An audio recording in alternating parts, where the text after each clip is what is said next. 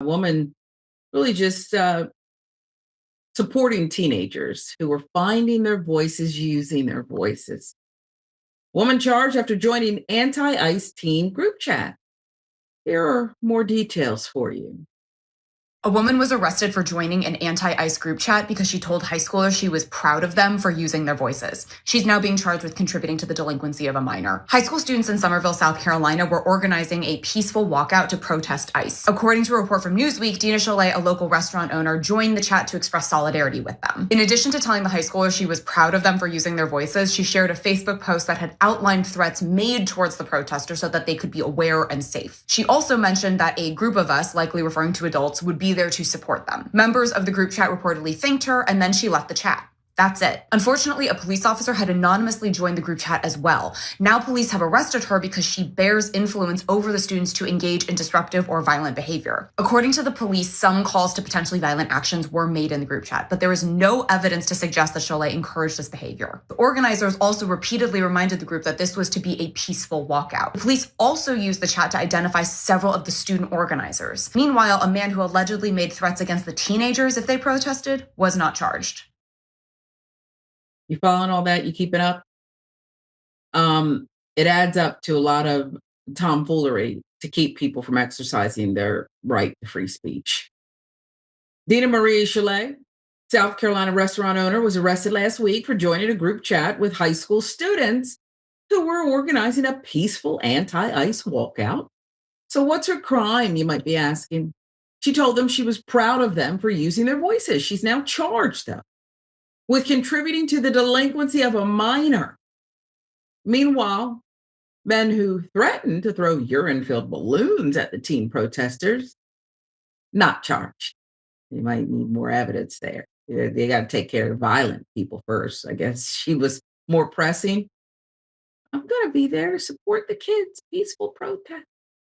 So here's what happened. Students at Somerville High School in Somerville, South Carolina, created an Instagram group chat called Somerville Walkout. This was in early February 2026. They were organizing a peaceful anti-ICE protest walkout scheduled for Thursday, February 20th. The group had about 80 members, most between the ages of 14 and 18. It was open, public Instagram account. Anyone could follow, anyone could join. On February 10th, Cholet entered the group chat using her business's Instagram account and identified herself as Dina Yo. Okay. Just shows up. Hey guys, what's going on here? Cholet told the students she was proud of them for using their voices. She said a group of us, referring to adults, would be out there to support them during the walkout. She also shared a Facebook post that outlined threats that had been made against the student protesters so they could be aware and stay safe. Members of the group thanked her for her support. Then she left the chat. That's all. Nothing to see here. A student alerted a school resource officer at Somerville High School on February 9th about a planned protest set for February 20th, according to a police report obtained by Newsweek. The officer monitored the group chat through early February 10th, identified an organizer who wanted to get as many students involved as possible for the anti-ICE protest, police said. Then on Tuesday, February 18th, 8 days after she joined the chat, 2 days before the walkout was even scheduled, Cholet was arrested. She was charged with contributing to the delinquency of a minor. She was released later that day. She posted just a $1,000 bond. Initial court appearance is scheduled for April 14th. Now, here's what Cholet and her attorney have said. On Facebook on February 13th, before her arrest, Cholet wrote, "When I joined, I told them I was proud of them for using their voices. I let them know we had their backs. I directed them to a post that outlined the threats that had been made toward them so they would be aware and stay safe. After that, I left the chat. That's it." Her attorney, Gustav Marchnik, told Newsweek, "The facts do not match the allegation. My client did not encourage anyone to break the law, commit violence, or disrupt school operations. Ms. Cholet broke no laws." Now, here's the part that should make everyone's blood boil, folks. This is where you got to sit up and stand at attention, because if you let this go, then what's next? Well, we've already seen it, I guess. The underage youths, 2 of them, were charged with student threats. One was charged with unlawful communication. Federal Bureau of Investigation and a member of the U.S. Secret Service were later notified about the threats to Trump, but are not investigating the incident.